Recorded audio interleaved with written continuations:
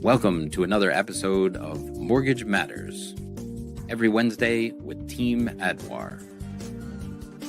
Here's your host, Todd Adwar. All right. Good morning. It's Wednesday, 11 a.m. We're back live with another summer episode of Mortgage Matters. How are we doing today, Todd? We are doing great, Tim. A lot of things going on in the real estate industry that we have to unpack and get to. So we'll do that during the show. Excellent. I'm excited for this one. I've got a little bit of opinions, but let's go. There you go for the mortgage update, which is a good one. Right. So as we always start with Mortgage Matters update, and exciting. The rates for this week, as of today, really, 30-year fixed is down to 6.52. The 15-year fixed is under 6%. Pretty exciting number. Love the 5.98. And remember, if you're putting down less than 20% and buying a home, the best deal out there is FHA, 6.07% on a 30-year fixed. Really phenomenal. Even the jumbos are down to 6.70. Rates are down quite a bit from last week. We see them heading down further over the next couple of weeks. I wouldn't be surprised if, middle of September, we're in the high fives. Why is that important? We'll get into that later. The second thing I wanted to talk about is that in a lot of cities where there was a tremendous amount of homes being built during the pandemic, the southern cities, things where there was a huge amount of new construction, there are now more listings in those cities than there were prior to 2017 to 2019. So they have some homes for sale, which means when there are a lot of homes for sale in an area, it means you have a real good opportunity to get an amazing deal. Now, with rates coming down and a lot of homes for sale, that's the best thing for buyers, or the best news for buyers, I guess, in the last 5 years, Tim. Yeah. So let's talk about what cities have what.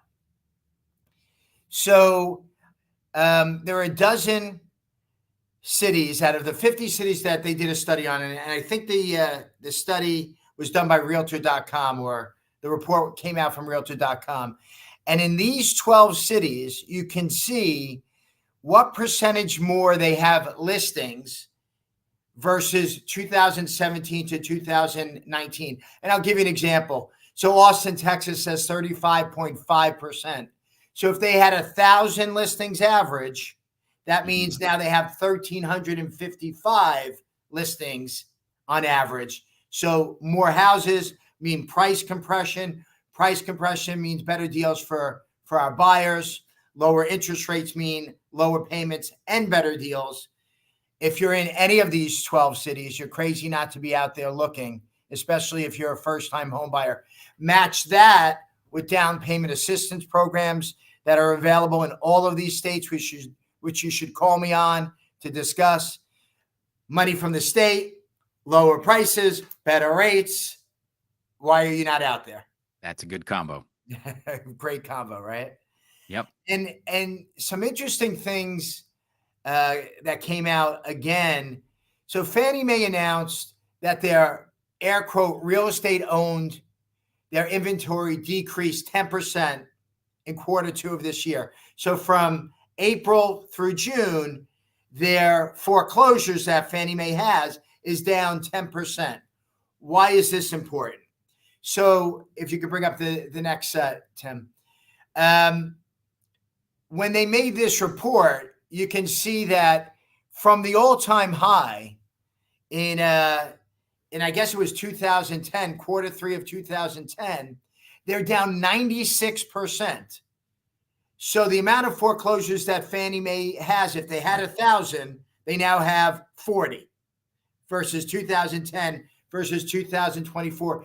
That means that the real estate market is very, very healthy, folks. And it means that if you're expecting a real estate market crash, you're sadly mistaken. Right. It's not going to happen because most of the buyers, still about 80% of the homeowners out there, have rates 2%, 3%, and 4%. and they're going nowhere as far as foreclosures are concerned because they have very easy payments to make. So I thought that's interesting. People are hearing, oh, the economy this, the economy that. Yep. Maybe the prices are going to crash. I don't think so. And then finally, for the mortgage update, the last thing we want to talk about is the amount of applications for the mortgage industry has surged. So what does that mean? It means that obviously people are getting the word that not only is it a good time to purchase, but it's time, if you close the loan, Tim, if you bought a house from, say, middle of 2022 through last month, it's time to call us up and look towards refinancing. I had somebody who got a no income check loan. They were at 10%. Yeah. I just got them from 10%, still a no income check, to 7.25%. That's big. It was $1 million loan. They're saving $2,000 a month. Beautiful. Not bad. And we're also back to paying off credit card debt. I had a lady with a 4.875% rate. She was in FHA. We left her in FHA. She's getting 6.07 on her loan, as you saw. Right. And, she paid off $50,000 in credit cards, saved $1,800 a month because her house went up in value, and that was in Connecticut. So yeah, really, really terrific opportunities out there. So that's it for the mortgage market update. And I wanted to talk today because the new rules came into effect. Last Thursday, right? The day after our meeting. Well, NAR, it's officially the 17th of August, but some states and other realtor associations have adopted it earlier and sooner. I know New Jersey did it as of the 1st of August. And I know New York was Thursday. Yeah, exactly. It was Thursday. So whatever, whether it's the 17th, which is, Monday, or whether it already happened. Yeah. We really want to discuss what it means. So I had 3 interesting examples, Tim, of contracts in the last couple of weeks, and buyers and sellers should be aware of this. So example 1, $1 million purchase. And it was actually $1.4 million purchase. And my client called me and said, hey, the seller is not paying my commission. What do I do? Right. I have a $28,000 deal, $28,000 to the buyer's broker. Yep. And I said, well, you have a couple of options. You could pay it out of pocket. I could finance it into the mortgage. You could raise your purchase price to $1,428,000, and the seller can pay it. So in this particular case, he had a tremendous amount of money. He said, no problem, I'll just pay it. It's not a big deal. We had a second buyer where they were buying a house for $650,000, a one-family home, first-time home buyer. The commission to the buyer's agent was 3%. We raised it to $669,500, the purchase price, which is basically about $70, $80 more per month. And he purchased the home for $669,500 with nothing coming out of his pocket. Right. And then we had a third purchaser where they needed a seller's concession. So they were working on limited funds. They had a down payment assistance. Right. They needed a seller's concession, and we added that into the loan as well. So they had a 6% seller's concession, and they had their 2% buyer's premium to the sales agent added in. So the whole thing, all of their closing costs and the buyers. So it was $500,000. It wound up being the $10,000 commission for the buyer's agent, plus the $30,000 in closing costs. They were paying some points and buying down their rate, and it wound up being a purchase price of $540,000. And guess what? The state gave them $10,000 towards their down payment. Wow. Couldn't have been better. You just have to know what to ask for, know how to make it work. So They what are got to you check running all the into? boxes. I know you're active and you're out there. What are you running into? What type of questions are buyers asking you? Well, I mean, there's a lot of confusion and a lot of, and I had this up before because this is, Main Street Media. This is CNN. The biggest shakeup in a century to hit the real estate agents this week. And I didn't know if I completely agree with this because I've been in real estate for 30 years. I've always disclosed when I'm taking a buyer around.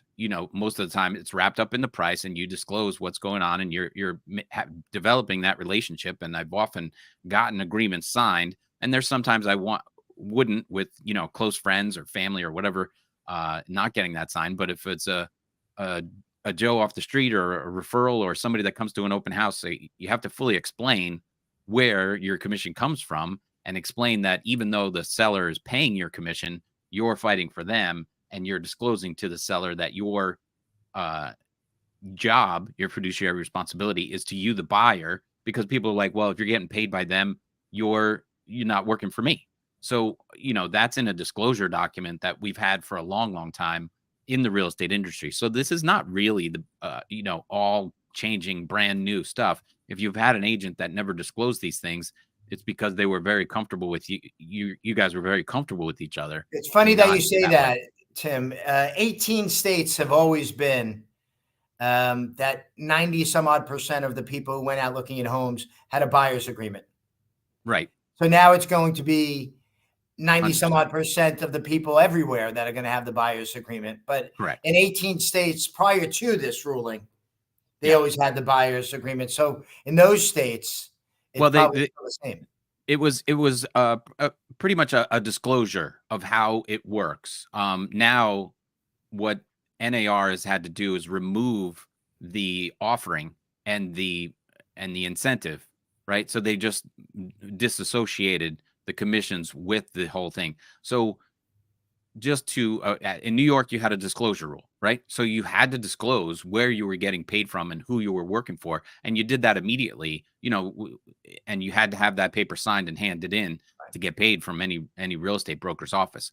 So that conversation was there, but there wasn't the pressure of how am I going to get paid or what's going to go on, but that disclosure had to happen in New York and in other states. So that's why I'm saying this is not the biggest shakeup.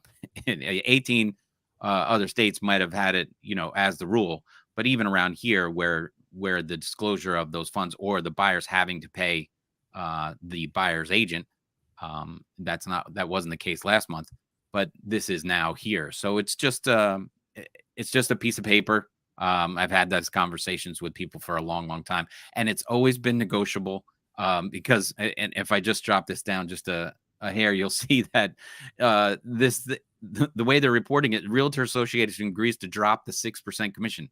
It has never been a standard 6% commission. There is no way anyone can say that that's price fixing, and that would have ended a long, long time ago. I've seen 3%, 4%, 4.5%, 5.5%. Absolutely. 6%. I've even in some areas where the prices were extremely low, I've seen 8%. It's all over the place, and it's a joke. It's always been negotiable, and for them to report that the Realtors Association, which is all about disclosure and fairness, they never had a policy of 6%. So this was just some erroneous. So I want you to talk about our clients who are going to go out this weekend and drive around and see houses on their own. Yeah, they see some open houses, and they walk into the open houses. So there's a lot of things going on with that. I had a client call me, Tim. They were at an open house, and the realtor would not show them the house if they didn't sign a buyer's agreement with them. Correct. So called up a real estate attorney buddy of mine. I said, well, what do you think of that? Mm-hmm. And they said, all the buyer has to do is remind them, hey, this is an open house. Right. You invited me to the house. You didn't invite me to sign a commission agreement. So to all you realtors who are watching this, you cannot prevent somebody from coming into the home because they haven't signed an agreement that you're going to get a commission. You could get in a lot of trouble. What the story is, explain that if they want to make an offer, they're going to have to do everything themselves. explain what your value is on this particular house, Yeah. make it specific to this particular home. And I don't think you're going to have problems. Be like this guy, this realtor who wasn't prepared, and get into a fight with the buyer. And then the buyer reports you to the state. Right. And you're losing your license because it's an open house. It's almost you're going to have to explain, well, why didn't you let this family in to see the house? What was your reasoning?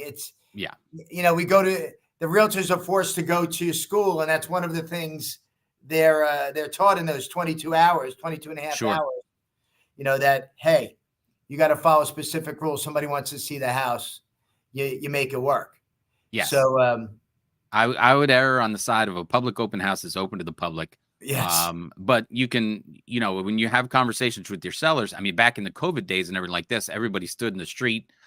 You signed up, you had to know and get their ID, because if someone ended up getting COVID in the collection of people that came in there, you had to report back to all the people that showed up to the house, all this kind of stuff. What I'm saying on that front is that you should have the people walking in, the public that's walking in, you should have them disclose their ID, because you don't want strangers walking through there. There's safety issues, all that kind of stuff. You want to be able to get back in touch with these people for COVID or any other reason that might come about. But the owners, most sellers, want to know who's coming in and out of their house. But you don't want to stop anybody for that kind of reason, because it is a public open house. So yeah, absolutely. On that front, you want to make that point clear. Around here, I know you're out in Long Island, but you do business all over. And I'm with Grand Lux Realty, which is primarily Westchester, but we do have Connecticut office as well. I just wanted to point out a couple of towns here, New Rochelle and Greenwich, of course. But this is still a seller's market in New Rochelle. This is where I was born and raised, in New Rochelle. And then I want to show off the inventory, which is, you were touching on that beforehand. But this inventory still freakishly low. So it's going to be a tight market, but the rates are getting better. And that's the great sign about this, is that this is going to open up a little bit. Right. So what we should recommend to our people, Tim, is before you go out, there are ways for you to look and see how many homes are for sale in a specific market. Keep an eye on that. If you're thinking, if you have an area, keep an eye on it. Okay, it was 50 homes. Now it's 70 homes. Okay, there's a little more flexibility here. Right. It was 60 homes, and now it's still 60 homes. Even though you're seeing these articles, hey, it's the same type market, right? Yeah. So you have to keep an eye on what areas are you looking at. Keep that in your mind. How many homes are listed for sale in my market? I wanted to talk about another thing that came up, different types of ownership. So obviously you buy a one-family home, that's the simplest, or 2, 3, 4 family home. That's the simplest thing to purchase. When you buy a condo or a co-op, things get a little bit more dicey. I want to tell you a story of a co-op in Freeport, Long Island. And they should really be embarrassed, this board, on what they did. And I'm going to call them out right now. Yeah. We had a single mom with a disabled child that wanted to buy a co-op, a 1-bedroom co-op. Yeah. Her purchase price was $220,000. She was putting $100,000 down. So $120,000 loan against a $220,000 loan amount. Basically a 55 loan to value. 801 credit score. Nice. 801. Yeah. And a debt to income. She wanted this co-op so bad. She paid off her car, right, and her credit cards. So she had zero debt. I mean, that's a responsible person. Yeah. Yeah. Paid it off.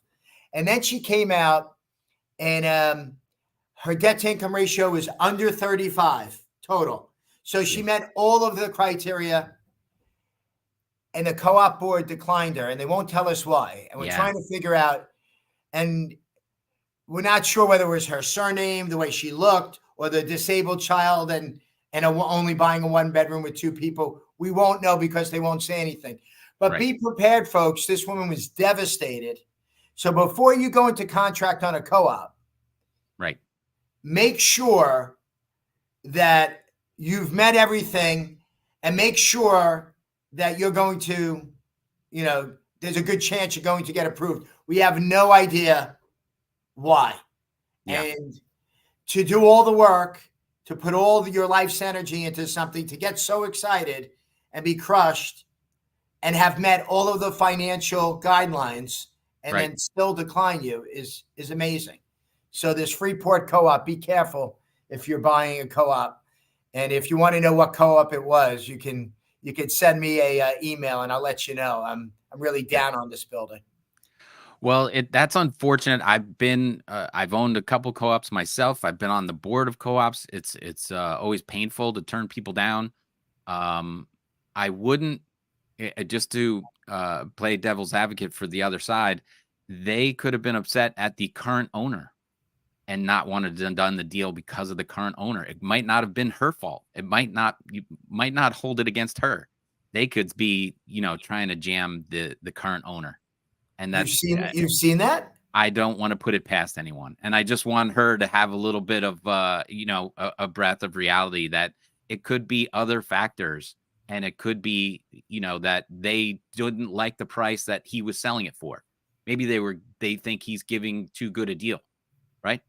They want him to get a better price, not her at all. They want him to get a better price. All right. I didn't think of that, but even that would be disgusting. If I don't like you, Tim, I want you out of my building as fast as possible. So, well, I don't know what the price was, but if it went for 400 and they think these are worth 500, then that's the issue. It was a pretty fair price.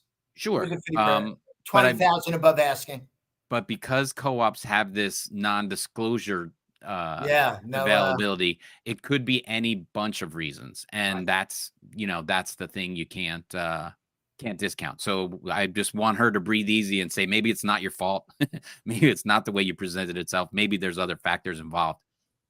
So better luck with a better place. And let's talk about some of the open markets. Last week we had Melanie on, and she was talking about Florida, how flexible the Florida market is. And then we see Jacksonville, Orlando, and Tampa, North, Florida, that all have more listings now than they did.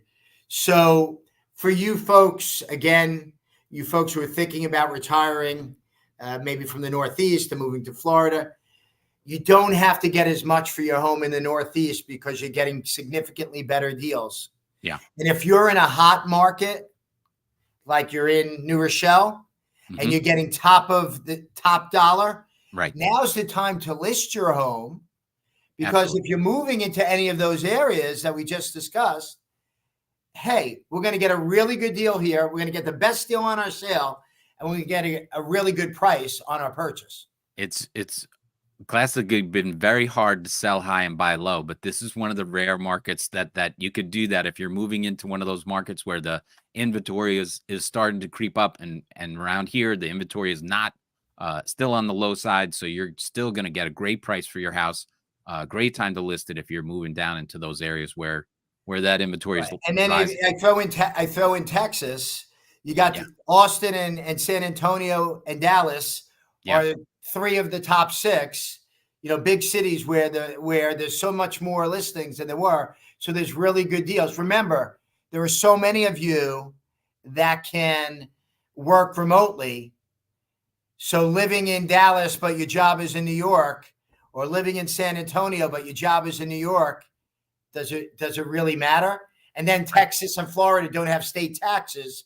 So if you can keep your job, you pick up state, no state taxes, and a great deal on a home. You first-time home buyers have to get out of the way you think and think more globally. Yes. That, there are things available. Even the Colorado market, Denver is number 3 on that list. And Denver was one of the hottest markets in the country. And those are all 3 nice markets in Denver as well. 4 nice markets where, hey, those cities are on sale now. Think about it, whether they're second homes, vacation homes. Hey, it may not be a bad idea to get a vacation home in Denver. What do you think, Tim? Yes. I've been to Colorado many times. The skiing out there is amazing. So I'm not afraid of Colorado at all. I love it. So what would the advice that you would give a buyer, a first-time home buyer right now, Tim? Well, the fact that these rates are getting more flexible and we're headed into a zone where they're going to be easing, like you said, if you bought in the last 22 months, you're looking to refinance and get into a better situation. But yeah, first time buyers, this is a great opportunity. Although we've had this inflation and the prices go up, the market is still very tight around here. And of course, I'm talking about my markets, the Northeast here. Versus the rest of the country. But yeah, it's a great time to get in.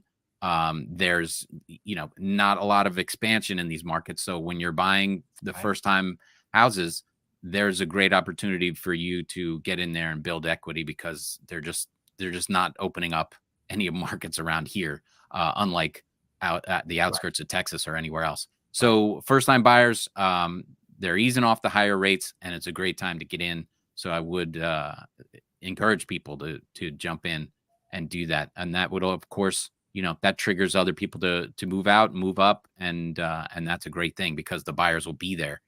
Because that's a lot of things, a lot of first time buyers holding off for better rates or whatever it is, or the economy to change. I mean, we know we want that. And the Fed's, on the edge of a reduction, which would be great. And hopefully from this pandemic inflationary session that we've had, we start to normalize again, and the economy takes care of itself in a better fashion, and we can all feel comfortable about moving forward. Right. So that's going to be a good time for that. Yeah. So, and the worst excuse I've heard is the election excuse. Yeah. That could be the dumbest thing I've heard come out of multiple people's mouths. I'm waiting until after the election. Yeah. What do you move? What if your side doesn't win? You're moving out of the country? Is that right? That's a classic one. If they win, if she wins or he wins, I'm moving out. Right. Okay. Silly. Well, all right. Well, if you're probably staying in the country, this is your time. Right. So, for those type of people, I can't understand because if their person doesn't win, then they obviously think everything is going to crash to nothing and they should have sold now. So, if you're that person, whether the other person wins or not, you should be making your move now. But, that's a political discussion. So next week we're going to have Michael Kleiner on with us. He is the best appraiser I've ever seen. And he owns Countryside Appraisal Management Services. So they do appraisals all over the country. And he's going to talk about values. He's going to talk to homeowners on how to increase the values of your home, what he gives you if you add a fireplace, what he gives you if you add a pool, what does a new kitchen mean, when to do things, when not to do things, when to sell right away without fixing anything, when to fix it up and then sell it. So I'm looking forward to that. He's going to come on next week. I think it's going to be a great show. And everybody, you have a great week, and we'll see you next time. Sounds good. See you Wednesday at 11 a.m. Thanks. Yep.